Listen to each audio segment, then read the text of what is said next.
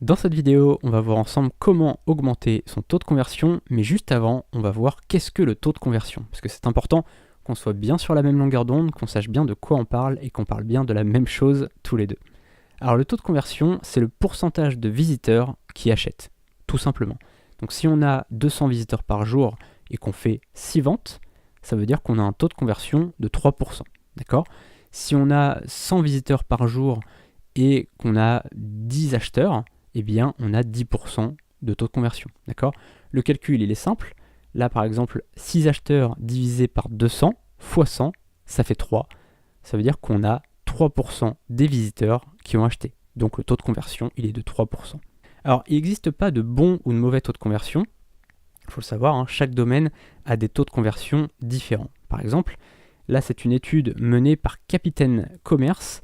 Et donc, tu vois bien que les pourcentages sont très différents en fonction du domaine d'activité du site. D'accord ? Donc, il ne faut vraiment pas se dire, oui, j'ai fait un bon taux de conversion, j'ai fait un mauvais taux de conversion.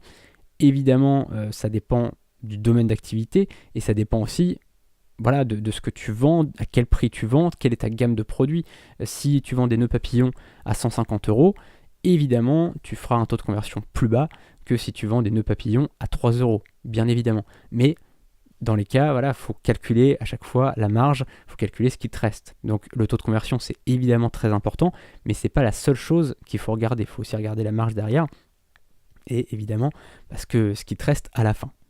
Il existe plein de méthodes pour augmenter son taux de conversion, mais on va en voir 7 qui sont vraiment essentielles, qui sont très importantes, et on va ensuite les implémenter ensemble dans les prochaines vidéos. Donc là, tout ce module de cette formation, on va voir comment augmenter son taux de conversion, et donc on va voir ça étape par étape dans les prochaines vidéos. La première méthode pour augmenter son taux de conversion, c'est d'avoir un site en SSL. Alors déjà, c'est obligatoire pour certains processeurs de paiement comme Stripe, par exemple, mais en plus, ça rassure les clients. Il faut savoir que la plupart des gens aujourd'hui regardent ça.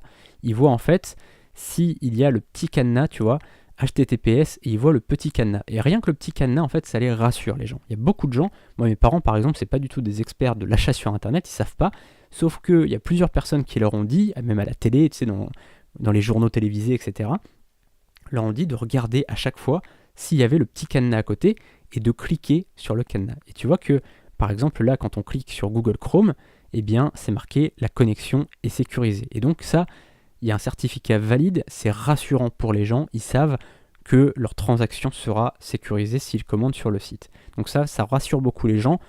Et c'est vrai que la plupart des gens qui sont même un peu plus âgés, ils savent ça parce qu'ils regardent les infos, ils savent qu'il y a des piratages sur certains sites, etc. Et donc ça les rassure dès qu'il y a un certificat SSL valide, et donc ils regardent à chaque fois. Là, ça sur Safari, tu vois, sur Safari, ça fait aussi un petit message quand tu cliques sur le cadenas, ça prévient que la connexion est chiffrée, et donc qu'il n'y a pas de danger à commander sur le site. Ensuite, la méthode 2, c'est d'avoir un site totalement en français. Alors tu vas me dire, oui, ça arrive sur plein de sites qu'il y ait un petit peu de mots anglais, etc. C'est pas grave, c'est sûr. Mais il y a quelques mots, des fois, comme là par exemple, tu vois, c'est sur Monsieur Hercule, sur le site qu'on a créé ensemble. Tu vois qu'il y a une petite phrase, One items in your cart. Alors là, tu vois, ça, on va le traduire dans la suite de la formation, parce que c'est important que cette petite phrase soit en français. Tu vois, c'est important, même si c'est pas grand-chose. Mais c'est le genre de choses qui va rassurer les gens, et au contraire, c'est même pas que ça va rassurer les gens si c'est en français, c'est surtout que si c'est en anglais, les gens vont se dire qu'est-ce que c'est marqué. C'est surtout ça en fait, c'est que ça, je sais pas s'il y a un mot contraire de rassure, tu vois, mais ça va faire peur aux gens, peut-être, s'il y a plein de mots en anglais partout, parce qu'ils vont avoir la sensation de ne pas comprendre. Tu vois, encore une fois, je prends mes parents comme exemple, mais tu vois, il y a plein de gens qui comprennent pas très bien l'anglais, tu vois, ils sont pas trop chauds sur l'anglais, et donc, dès qu'ils voient sur un site que c'est un peu en français, un peu en anglais, ça leur fait peur, tu vois. Déjà, ça fait tu vois, le site qui n'est pas fini, tu vois, qui n'a pas été totalement traduit. Donc ça, c'est un problème. Mais en plus de ça, c'est vrai que ça peut faire peur parce qu'on peut se dire, qu'est-ce qui est écrit, finalement. La troisième méthode, c'est de rediriger directement sur le panier après l'ajout au panier. Qu'est-ce que ça veut dire ? Ça veut dire que quand une personne met un produit dans son panier, elle doit être redirigée directement dans son panier pour pouvoir passer commande. Pourquoi ?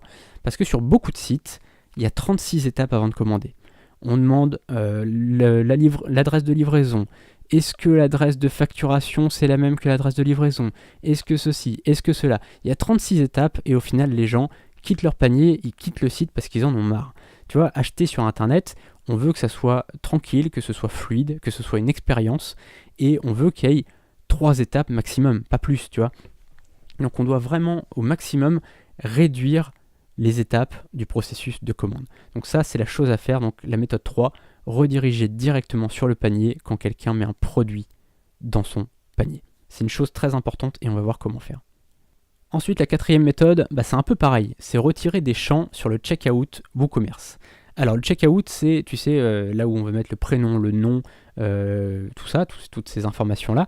C'est très important de limiter le nombre de champs. Alors évidemment, il y a des champs où on ne peut pas s'en passer. Tu vois, par exemple l'adresse, pour livrer le client, c'est mieux. Et de toute façon, d'un point de vue légal, on est obligé d'avoir l'adresse du client pour la facture. Donc ça, c'est obligatoire. Mais il y a des, par exemple, souvent il y a le nom de l'entreprise. Tu vois, il y a un... Cette vidéo est un extrait de ma formation « Vivre du dropshipping en 7 heures par semaine ». Dans cette formation, on verra comment gagner sa vie avec un site e-commerce sans Shopify, sans pub Facebook, sans stock ou avec un mini-stock et sans connaissances techniques. Dans la description, tu auras un lien vers la page de présentation de cette formation.